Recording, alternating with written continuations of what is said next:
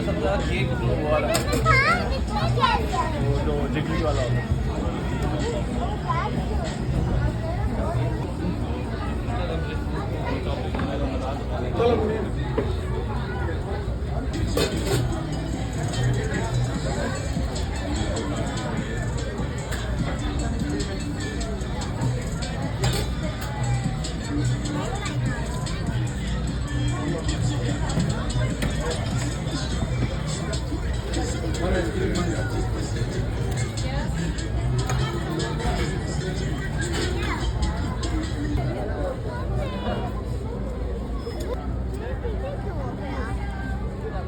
तो ये मैंने नहीं खाया।